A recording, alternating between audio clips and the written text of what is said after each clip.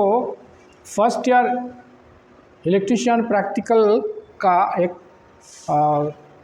Staircase wiring के बारे में हम आप लोग को बताना चाहते हैं। स्टेयरकेस वायरिंग मतलब जो डबल स्टोरी बिल्डिंग होता है उसमें जो ऊपर में भी एक फैमिली रहता है, नीचे में भी रहता है, और उसमें सीढ़ी में चढ़ने उतरने के लिए जैसे शाम अंधेरा हो जाए तो उसमें बल्ब का सीढ़ी में बल्ब का ज़रूरत पड़ता है।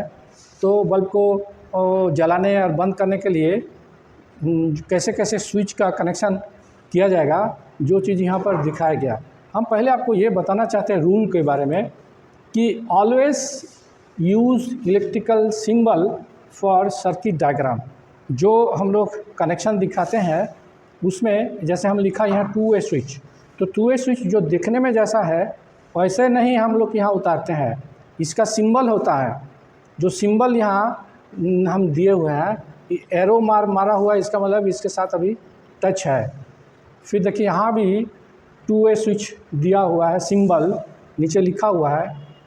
तो सीढ़ी का वायरिंग दो जगह से अगर हम ऑफ ऑन करना चाहते हैं तो 2 वे स्विच इस्तेमाल करना होगा। और सीढ़ी जो दो फैमिली का बीच में जो भी स्पेस होगा सीढ़ी में, बीच में इस बल्ब को हम लोग होल्डर के द्वारा फिक्स कर देंगे। और सबसे बड़ा बात है कि यहाँ जो वायरिंग होता है तो वहाँ पर जो घर बनाने वाले हैं या जो रहने वाले हैं वो जिस तरह से आपको वायरिंग करने वालों को कहेगा कि पाइप का थ्रू करा दीजिए या चैनल का थ्रू करा दीजिए या ऐसे ही टेम्पोररी सैडल मार के कर दीजिए, तो उसी ढंग से किया जाता है। लेकिन कनेक्शन आपको इसी तरह से ले जाना होगा। पहला बात क्या है कि फेस ऑलवेज स्विच में ही कनेक्शन दिया जाता है। 2 वे स्विच है तो इसका जो बीच वाला पॉइंट है, बीच वाला पॉइंट में हम लोग फेस का तार जोड़ते हैं और फिर एक तार ऊपर का जो कनेक्शन है 3 पॉइंट होता है उसमें।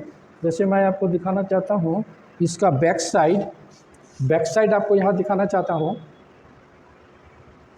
इस तरह से है 2 वे स्विच को देखिएगा, बैक साइड ये है, मिडिल ये है, टॉप ये है, बटम। तो मिडिल में जो है आपका फेस का तार जोड़ना है और फिर टॉप मतलब ऊपर का जो कनेक्शन पॉइंट है वहाँ से लेके फिर ये दूसरा 2 वे स्विच का ऊपर में देना है। और फिर बीचे का जो बटन वाला नीचे का जो कनेक्शन पॉइंट है स्विच में, फिर वहाँ से एक तार लेके अब इसका बीच में देना है। और न्यूट्रल एक तार लेके न्यूट्रल केबल को लेके फिर होल्डर में एक पॉइंट में देना है और दूसरा होल्डर का एक पॉइंट जो है लेके 2 वे स्विच का बीच में देना है। इसी तरह से हमारा कनेक्शन पूरा होता है। देखिए हम लोग का ITI में सिस्टम क्या है, हम लोग डायग्राम को स्टडी करेंगे, उसको समझेंगे कि कैसे कैसे कनेक्शन डायग्राम में दिखाया गया है, उसी हिसाब से हमको भी केबल को जोड़ के फिर हम लोग वायरिंग को कंप्लीट करेंगे। और वायरिंग को कंप्लीट करने के बाद जो इंस्ट्रक्टर रहेगा गाइड करने वाला, उनको फिर आप दिखाइए कि वायरिंग मेरा सही हुआ या नहीं हुआ। देखिए आपका जो ट्रेनिंग है और बाहर में जो मिस्त्री का अंडर में हेल्पर काम सीखता है और आपका ट्रेनिंग में बहुत सारा अंतर है। क्या है कि हम विशेष करके ही बोलना चाहते हैं कि आप कोई भी वायरिंग करेंगे तो उसका आपको कनेक्शन डायग्राम, वायरिंग डायग्राम या सर्किट डायग्राम आपको मालूम होना चाहिए। आप मिस्त्री के अंदर में जो लोग काम करता है वो लोग बहुत ज़्यादा नॉलेजेबल होता नहीं है। क्या है कि उसको पर्टिकुलर कोई काम ही ज़िंदगी भर मिलता है तो उसका काम का सीखने का दायरा जो है सीमा होता है। लेकिन आप जो ITI कर रहे हैं तो आपका कोर्स का हिसाब से बहुत सारे चीज़ सिखाया जाता है, जो कभी भी आप इंटरव्यू देंगे तो फिर उसमें कोई भी क्वेश्चन पूछ देगा तो आप उसका जवाब दे सकते हैं। तो इसका मतलब ये हो गया back side of 2 way switch. Back side of 2 way switch आपको मैंने यहाँ दिखा दिया।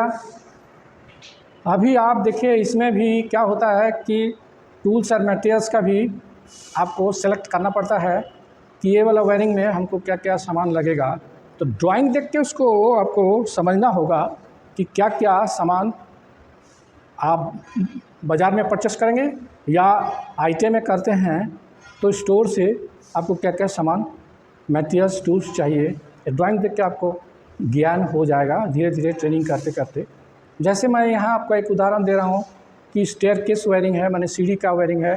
डबल स्टोरी बिल्डिंग में सीढ़ी होता है ऊपर चढ़ने के लिए, उसका कनेक्शन डायग्राम है, सर्किट डायग्राम है। तो यहाँ पर जैसे दिखाया गया इसमें देखिए 2 2 वे स्विच लगेगा, एक होल्डर लगेगा, एक बल्ब लगेगा।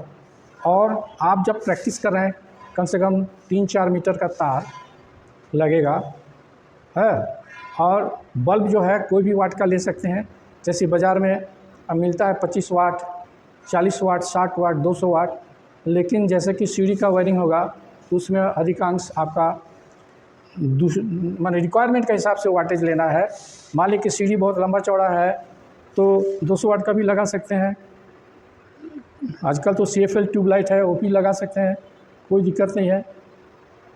40 वाट का भी मान लेते हैं कि 40 वाट से आपका सफिशेंट लाइट हो जाए तो उसमें भी कोई दिक्कत नहीं है। बल्ब का वाटेज सिलेक्शन जो यूज़ करेगा बल्ब रोशनी के लिए वो अपना सेट करता है कि कितना वाटेज यहाँ लगा देने से पूरा रोशनी मिल जाएगा।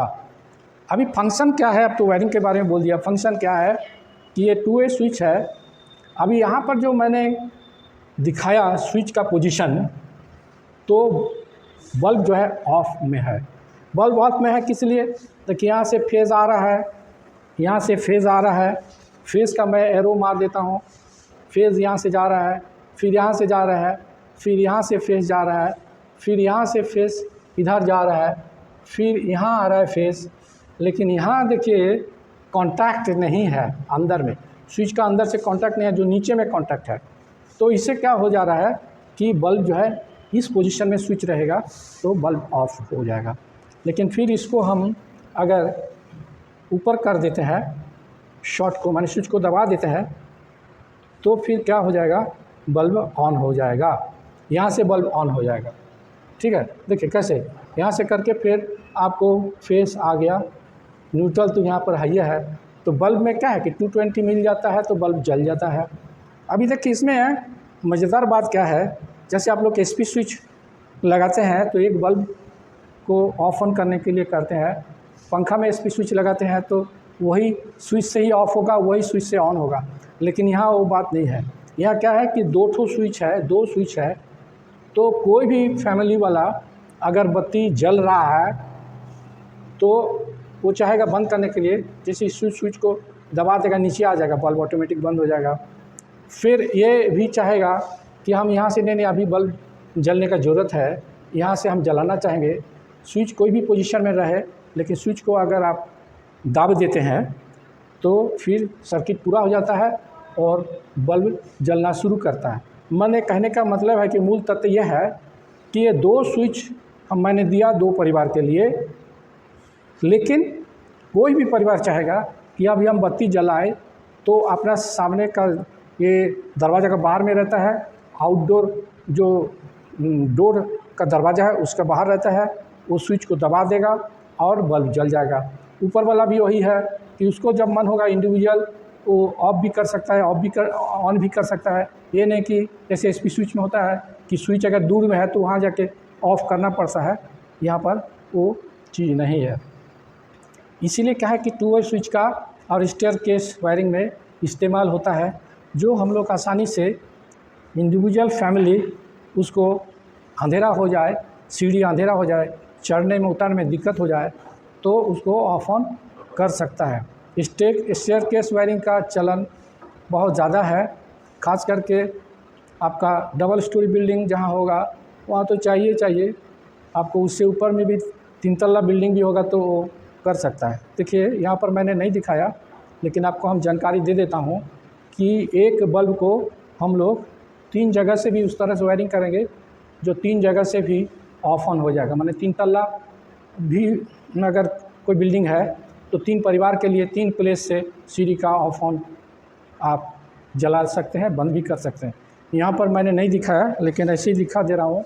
चाहेंगे तो ज़रूरत पड़े तो एक तो बल्ब हम और ऐड कर सकते हैं, कोई कठिन काम नहीं है। मान लेते हैं कि आपका 3 तल्ला बिल्डिंग है, लेकिन 2 बल्ब का ज़रूरत है, तो आप सीधा सीधी कुछ मत करिए, आप यहाँ से एक इसका पैरेलल में होल्डर लगा के जोड़ दीजिए, तो 3 तल्ला बिल्डिंग भी कवर हो जाएगा। बल्ब का पोजीशन कहाँ कहाँ देने से तीनों फैमिली को रिकवर हो जाएगा, ये तो जो लोग यूज़ करेगा उसके ऊपर में डिपेंड करता है, उसका खास कुछ नियम नहीं है। नियम वही है कि रिक्वायर जिसको ज़रूरत है वो अपना हिसाब से पोजीशन बता देगा कि यहाँ होल्डर वहाँ होल्डर रखने से तीनों परिवार सूर्य का रोशनी मिल जाएगा।